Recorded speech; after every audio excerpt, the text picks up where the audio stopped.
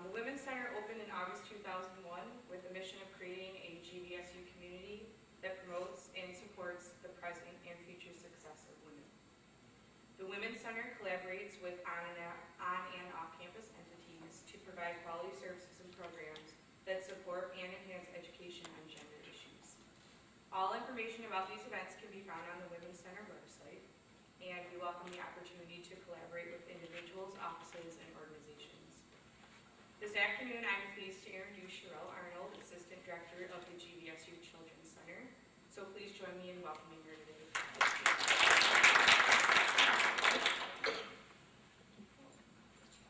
Thank you, Erin. I have a sheet of paper. I want to be here.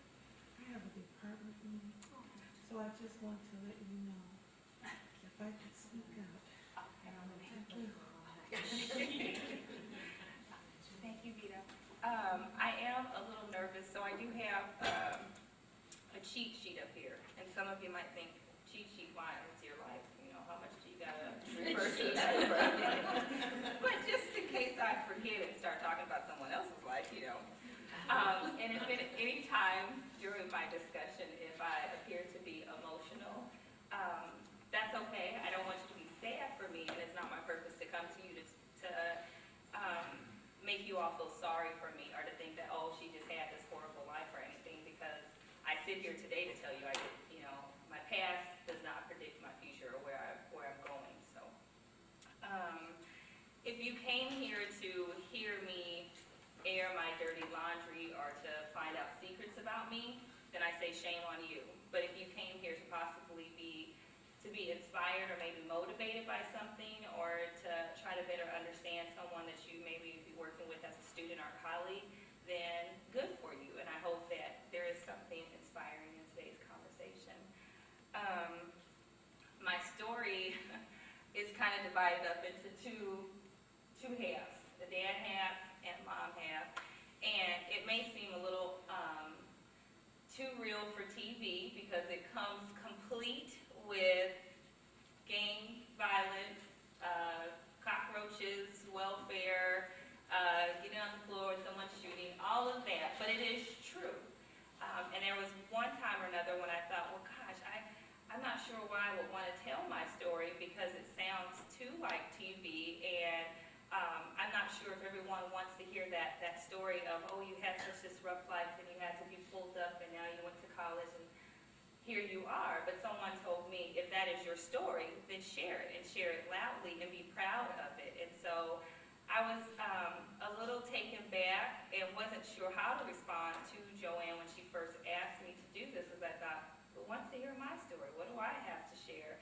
And I think we were in a conversation about a young lady on campus who I said my only hope for that young lady was that she did not get caught up. And what I mean by caught up is when you grow up in the inner city, there is a mentality that just kind of keeps you just trapped in some respects, and you really can get caught up. And for this one young lady, and now I'm getting emotional, for this one young lady, my only wish was that now that she's here at GVSU, she don't go back, because she's going to get caught up. And it's so hard sometimes to get out of that once you've moved beyond that. I'm really going to try to chew my thumb, not to be over rude while I'm up here, but to keep my eyes off the tears, or to keep me from focusing on the tears. So I'm going to start with my two homes that I grew up in. My mom's home was a very dysfunctional home, and these were words that I thought made me think of that home. Whether it was because of addictions, there was fighting, not all folks had jobs in this home, gangs, it was very unstable, all of this. My dad was the black sheep of his family for dating someone who came from this. So that's a little bit about, her side. Very, very rough side, but again, I can't fault her for that, because she was that young lady that I was referring to a while ago, in that she was never taught to go any further. She was not motivated. She didn't have a mentor. So her mentality meant for her that she could only stay in South Central Los Angeles, and this is what she was to achieve. Her mother had her when she was young. She then had me when she was young. So I broke the mold when I, at 16 or 17, didn't have any kids. Secret is told, I was scared of boys and the whole sex thing and all that stuff. So I was like, I don't want to have kids. I don't want to go that route. But it was pretty much expected of me. Now, when I say my dad was the black sheep because he dated someone from that side, they happened to live on the same street, my mom and dad. My dad's home was quite different. My grandfather, had a business, Moore Brothers Gardening, has been a landscaper for as long as I can remember. Very structured home. My father is one of 7, 2 girls, 5 boys. Most have college degrees, most had ambitions in life, very motivated, structured family.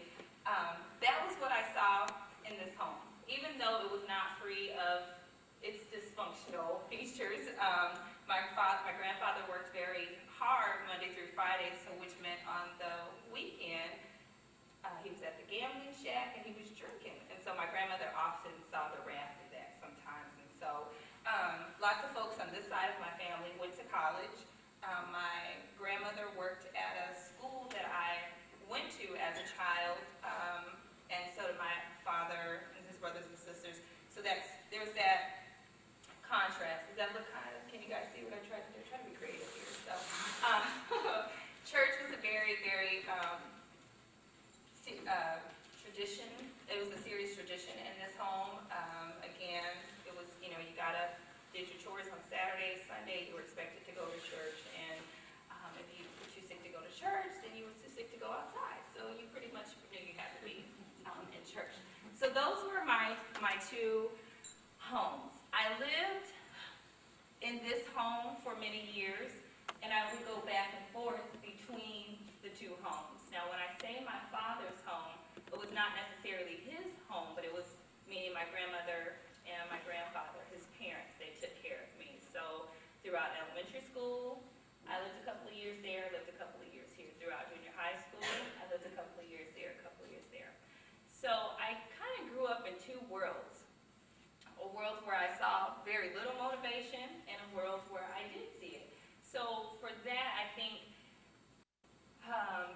that was motivation for me to say, well, gosh, I don't like living in this environment. I do see that there is a different way that you can live because I have people that I can talk to about this.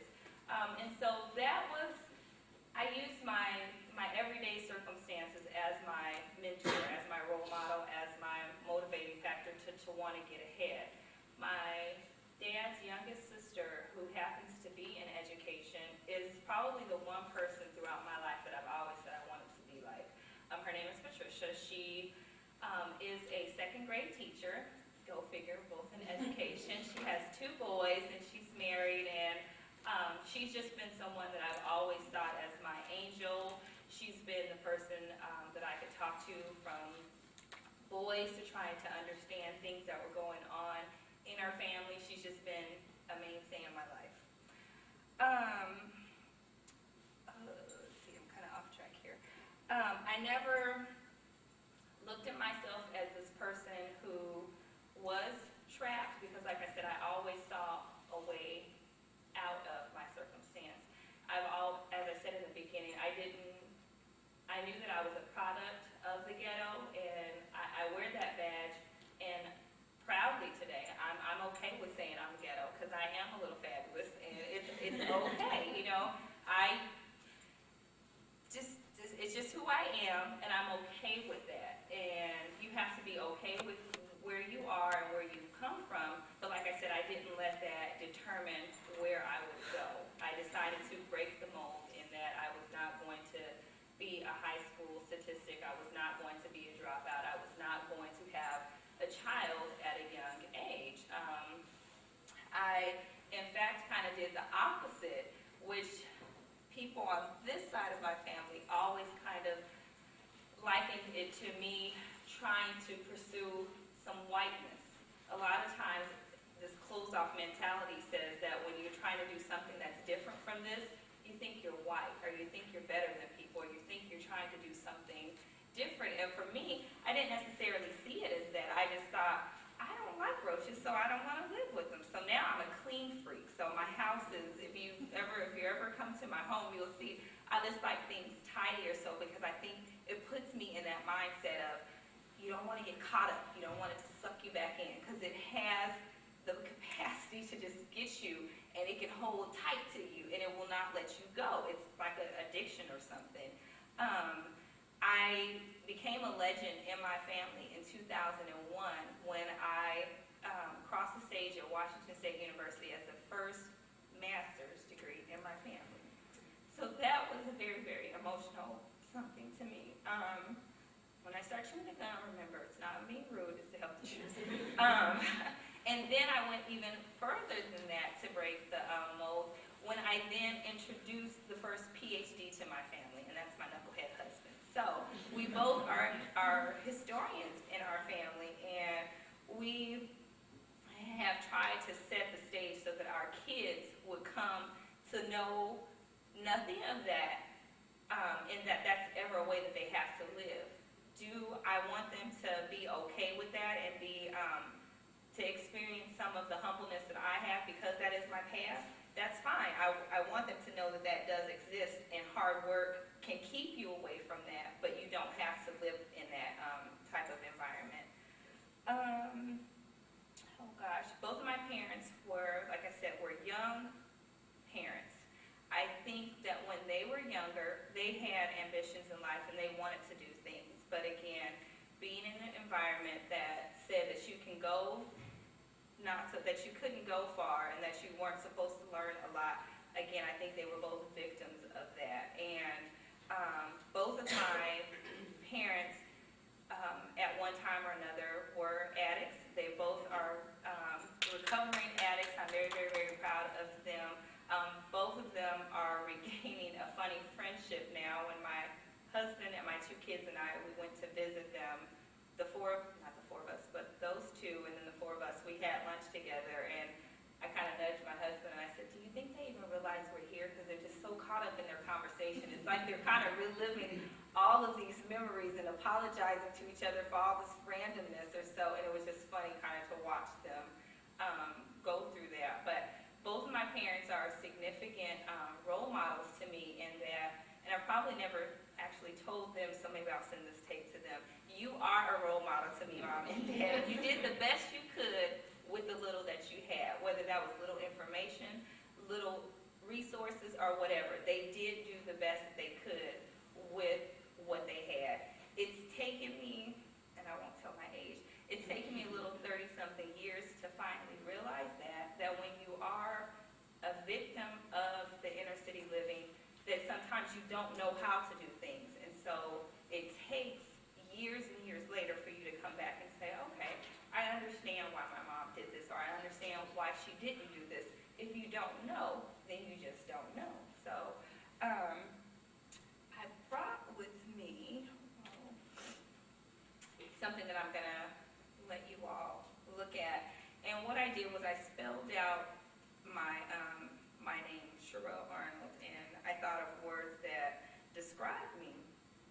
So the S says, excuse me, shy. Shy, I'm not. Many of you have met me before, and I am a talker once I get going. Humble, again, I don't think I'll ever move away from that feeling. You have to be humble when, like I said, you've come from this, and now you live in Allendale/Grand Rapids with a lake in your backyard. You can't help it. Assertive. For some folks, my assertive nature is good. For other folks, it's not so good. R is revisit. I try hard every day to work hard so that I don't have to go back to this type of lifestyle. Aging. I found gray hairs in my hair, so I'm aging. At one time or another, I was labeled. I was labeled a statistic. I was not supposed to be sitting here sharing with you my successes. But look at me now. So, and Another L is long-winded. I do like to talk. E is eager to learn. I think professional development is essential. And whether it's in a professional setting, I'm someone who likes to learn. Anything that I don't know, I want to try to dabble in it because I think it's important just for growth purposes. I heard T.D. Jakes once say that if everyone in your circle is as smart as you, or they're asking you questions, you need to find a bigger circle. You've kind of outgrown that. So I like to sit at the table where people are talking about things I have no clue about, because if I keep coming back, eventually I'll have something to add to the table. A is artistically challenged. I'm just not creative. This is as creative as I can be. Runner. I ran track in high school. Again, some of this part of my family used to always say, again, Sharelle, she really does think she's white. How many black people do you know run the 800 and the mile? Well, Sharelle did. Most African Americans that are running track, we tend to do sprinting, and stereotypically we're doing sprinting. So it was always ha-has with my family to say, see, I tell you, she thinks she's white. Well, she doesn't, she runs the mile, but it's what I like doing. I'm a nurturer. You can ask my son and my daughter. I'm the oldest child with both my mother and my father. My mother has 3 boys at home with her. One turns 19 today. One turned 18 last month, and one will be 17 in April. So I have 3 little stair steps. So high school was pregnancy, pregnancy, pregnancy for her throughout those years. My dad has, we're kind of a wide span. I'm the oldest, and the youngest is 3. I'll just leave it at that. So, and she's in love with DJ, her nephew, but she's called her boyfriend or something else. Again, L is that I'm a legend. I made history in my family in 2001. And D is I'm, for the last D in Arnold, I'm devoted to becoming a better woman of God. I think God placed me in this environment for one, to sit here and possibly share this story with folks one day, to be an inspiration to others. I think that he put me in that position to let me know that he is alive and he's real, and that if I pray hard enough, I can accomplish things and I can get out of a situation. I have had many of days and nights where I probably was, what do you call that, I was a risky college student and probably did things that were not safe and that were immature, but it never had any long-term effects. So thankfully, I'm still here, and it's taken me to mature, to look back at that and say, wow, I did a lot of things that were really, really unwise, and I'm so very happy to be sitting here safe and addiction-free. I was, like I said, I was just being a really crazy, wild college student, but I think I was so excited to get away from this environment that when I left LA, I have not been back since. I went to Northern California, where I went to college, which is Chico State. Then I went to Washington State, which is even more northern. And now I went all the way this way. So my mom even jokes now. She's like, are you ever going to come back? And I'm like, But again, it was just, it's that when you move away from something, you're happy to grow. I brought photos of things that I thought were significant in my life, and I'm going to pass it around and kind of show you guys. Both my parents are on here. For those of you that most often folks think that I am biracial, I am not. This is evidence that both my mom and dad are black. This is me when I was a young child, graduating from college, having my daughter, and there's a picture of my role model, who I mentioned earlier, my Aunt Patricia. Excuse me. When I was talking about that whole mentality of getting out, right now my mom at home with my 3 brothers that I just mentioned, it saddens me to say only one of them is possibly on track to graduate from high school. And that's just really sad. One has been in and out of jail, and the younger one she said she feels like he's kind of going back and forth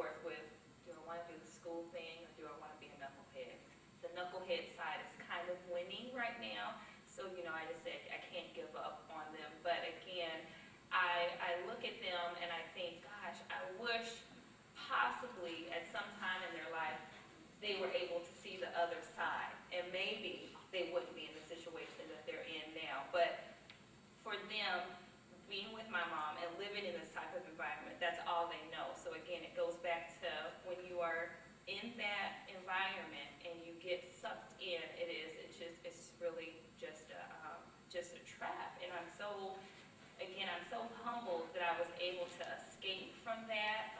And like I said, I escaped with no bruises, and I'm intact.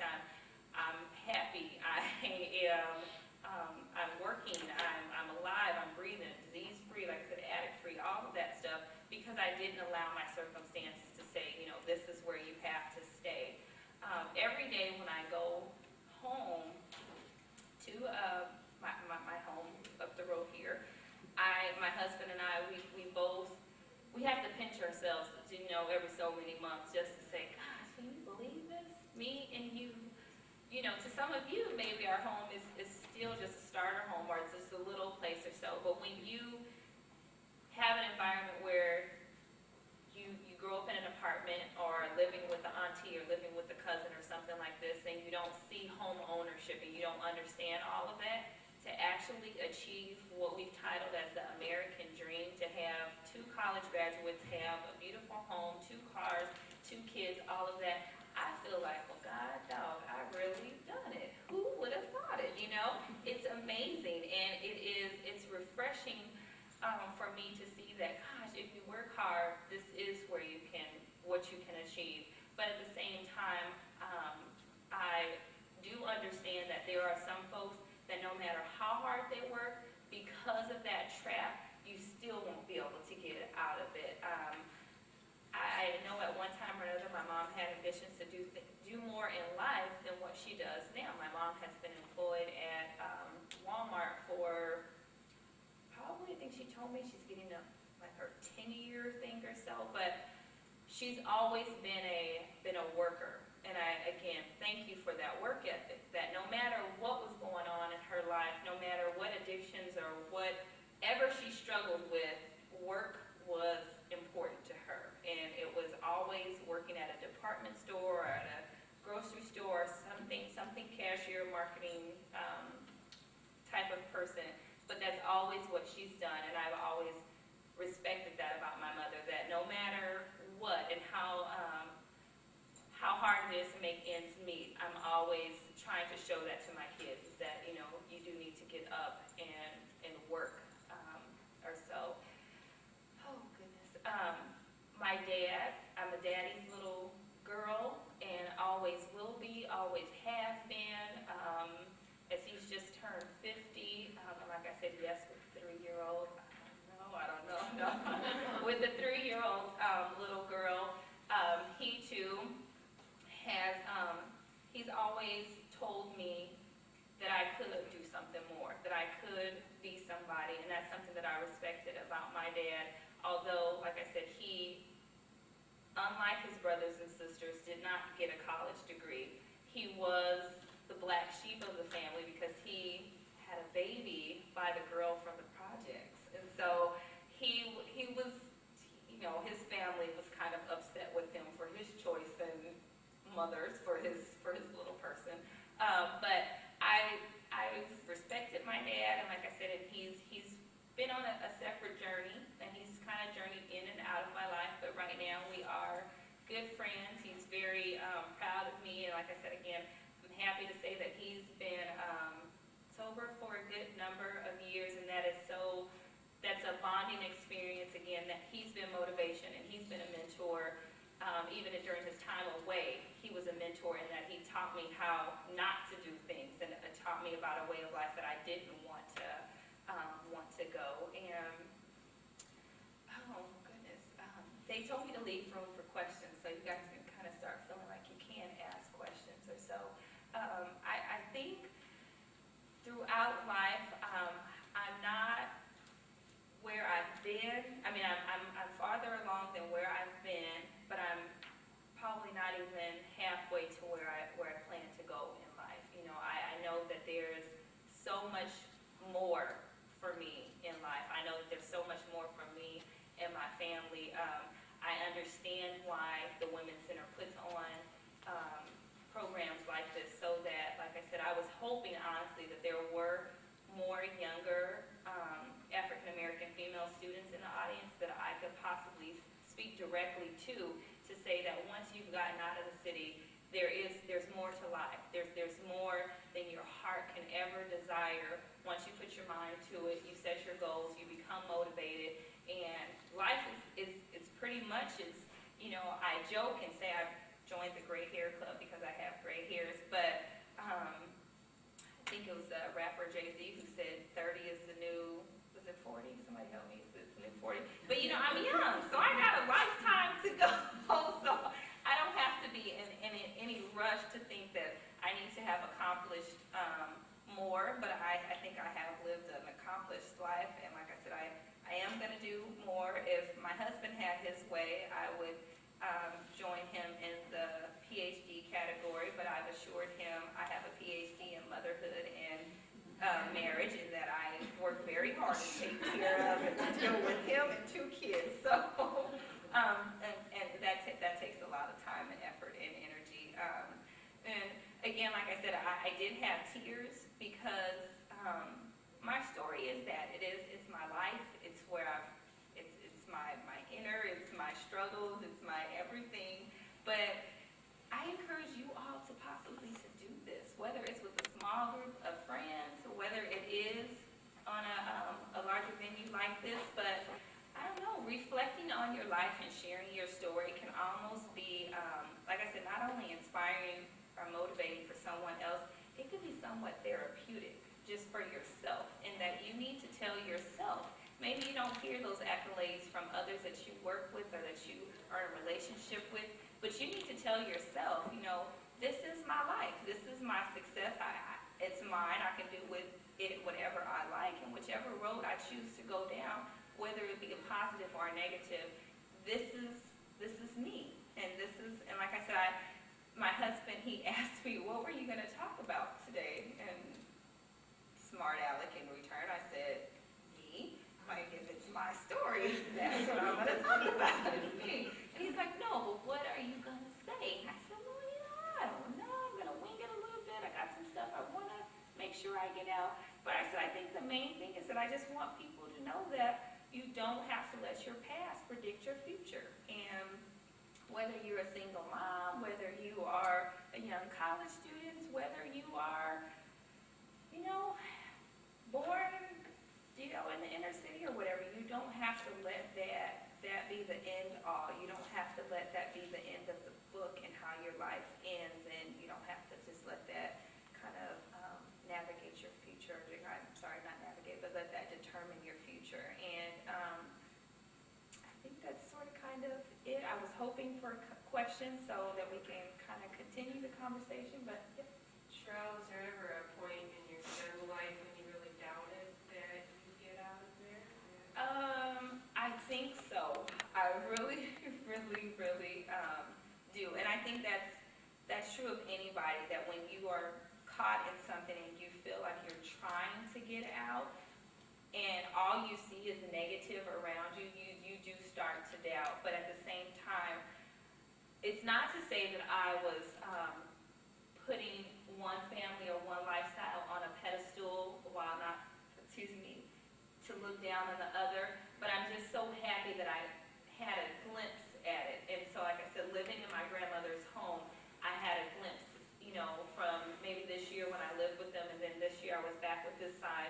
I had a glimpse that there is a possibility, and I think I never gave up on that. And I think that too is where my faith in God comes in at a very young age. I feel like I had a relationship with God, and I often prayed for my parents. That is one of the first things that I honestly remember having discussions with God about, was to say, like, can you fix them? Can you help them? Can you correct them?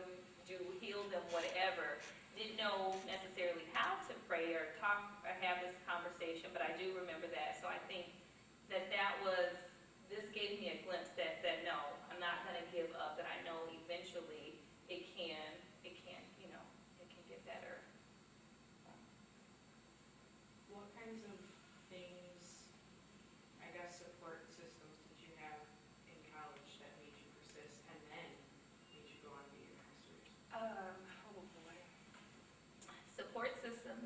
college, I think the looking over my shoulder, knowing what was behind, knowing what would happen if this college thing didn't work out, what was I gonna do? Go back? So it was make it or break it. I had to make the college thing work. And I'm sorry, that just triggered something. I honestly didn't even enroll in college. I didn't take the SATs, didn't take the ACTs and SATs, didn't do that. I was dating a guy who lived in Chico, California, and once the senior bell rung to say school was out, I thought, Mom, can I go up there and live with him because I want to, please? And her response was, are you kidding? You're going to go shack up with some boy and, you just want to leave? And I thought, yeah, oh, by the way, there's a college there. Yeah, I'll do that too if you just let me go. And so college was second, and I'll be honest, college was secondary on the list. And so, I left and I did go to a JC in Chico, California, and got into the swing of things and found that, you know what, I'm not that dumb. If I work hard at it, I can produce some pretty good grades. And so then hooking up with people in certain services or certain departments like the multicultural student services at that university, having an advisor in like the financial aid area, because they knew my face all too well, because I was there every day begging for any kind of money that they could help me with. But having those type of advisors to help you make decisions, to help you learn about the schooling. Then some of the folks that I started to hang out with, my peers, I think that they provided me with the support that I needed.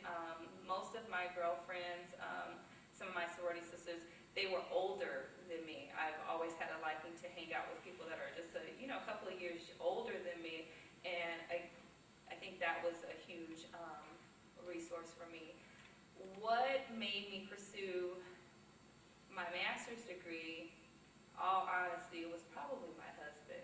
He too is he's a mentor, and in case I didn't tell you, thank you, David. No, he's a mentor in that I've watched him persevere through some things too, and watched him work hard and apply himself too. But when we were leaving from Cal State University, Chico, he had just accepted a job, and we were girlfriend and boyfriend, and he had asked me to come and move with them, and I said, okay. I thought, well, I just graduated from college, not really sure what I was gonna do. Went there, kind of was like the same phone call all over again to my mother. I was like, hey, this guy's moving.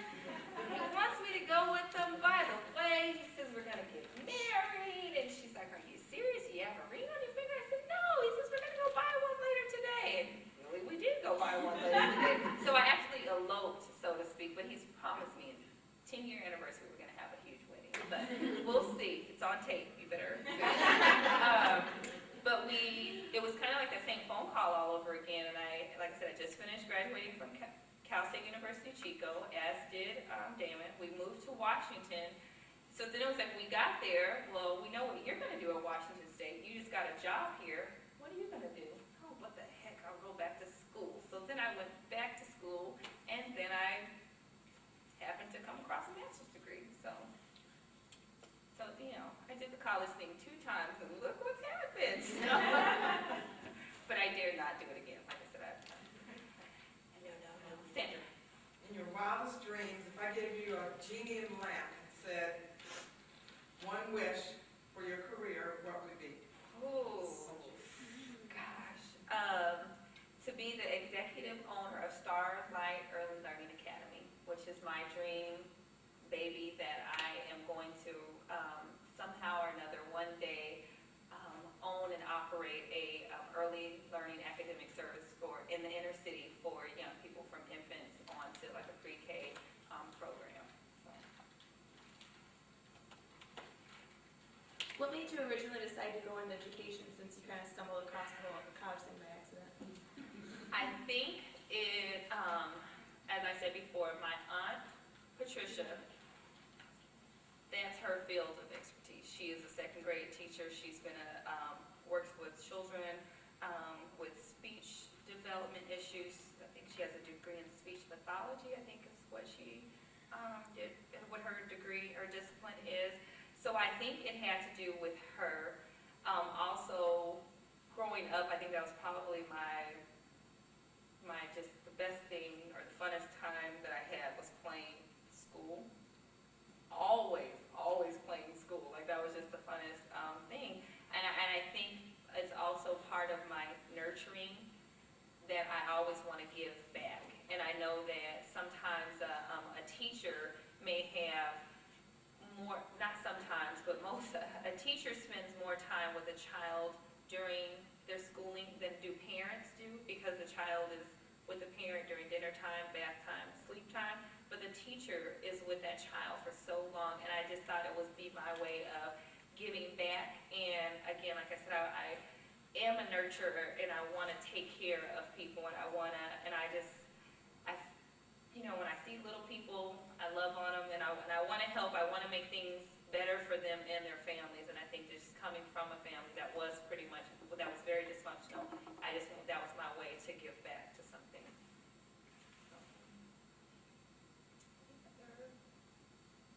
Other questions? No? I'm sorry, we ran kind of early. Oh gosh, let's think of something more. I think I didn't mention my great-grandmother, who at one time housed all of this. My great-grandmother was a very influential part of my life. She's no longer living. She cleaned homes. She cleaned the homes for, there were two families, and they were both white when I was growing up. And I would just often see her tiredness and her stress or so of having almost like the whole family on her back. But that was also, I saw the strength in her, in that, you have all these folks living in this house, with the exception of my mom who's going to work, but cousins and other things like that. And you are the sole provider, other than the state. You are the sole provider for all of us in this house. And she too was a mentor and somebody that I would just love to talk with and ask things to. And I remember asking her if she could buy me a cow one time. And so she just kind of laughed, and she called me Henry. And she was like, Henry, why do you want a cow? And I was like, we'd never have to have milk again, or we will always have milk for cereal or something. And I don't know if it was because we had run out of milk or something, but I just remember that conversation. It was a very fond memory of my great-grandmother, and just talking to her about having a cow. And, we got some spare money, buy me a cow, we could put them in the backyard. This summer, my husband and I, we went to LA, and I wanted to make sure as part of our trip, we visited the home where all of this took place. And I thought that was, again, a therapeutic part for me. And I told him, I was like, I want to show you where I grew up, and I want to show you the home. It looks totally different now, but on the pavement, there is when you write in wet cement, my name is still there, along with like 2 or 3 other names. And it was in 1987 that it was in the front of this house, right in the driveway, right as you're coming up into their driveway or so. And that was neat, just to kind of go back and to think about all the things and all the craziness that I saw in this home, and all the people that I've seen come and go in this house. And I just thought, wow, this is a unique experience to come back. And never did I think that I would come back to visit this home being this person and being this achieved, or this, I never thought she would come back to look at this. I thought maybe someone that mirrored the people that lived there would come back to look at it. But that was, again, that was interesting for me, and like I said, somewhat therapeutic. Didn't get teary-eyed or anything, but I think I kind of kicked up my heels a little bit and said, woohoo, look at me. No. So again, like I said, having your story told, I think allows for you to give yourself or to have your own private celebration. And again, it's essential for you to do that so pressing forward. And I don't know, I think that's what life is all about. It's going to throw you some curves. It's not going to be as planned as you want it to be, and you're gonna meet some people that you might not even think that would have the slightest influence on you. But if you receive them, you can take in information from them. You never know what you may learn from somebody. You never know what you may choose to you may aspire to be like that person. It's funny who you start to give your who you put into the role of your mentor.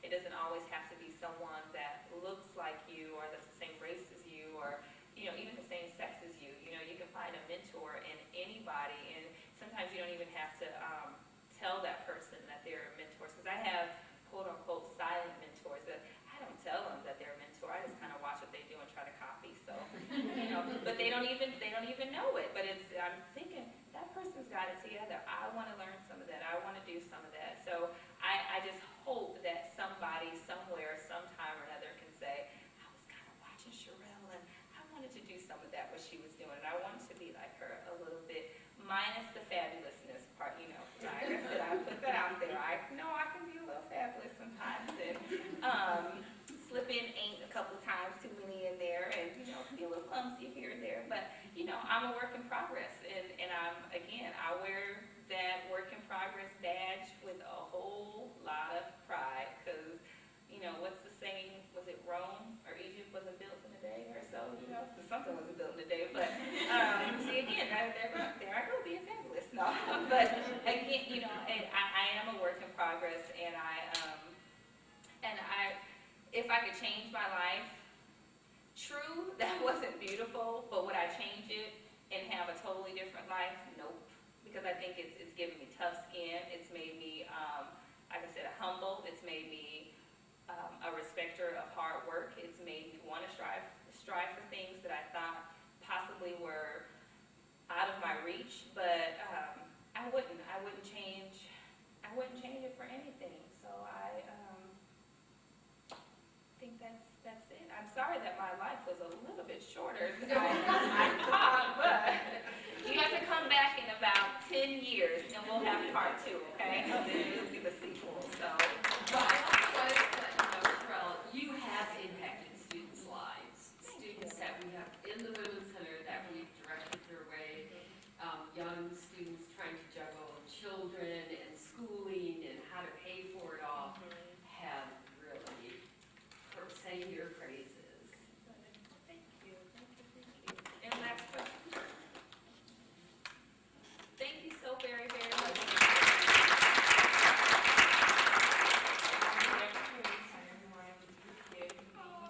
Share your story with us today. If you guys have time, could you fill out an evaluation sheet during your tables? And thank you so much for coming, and thank you.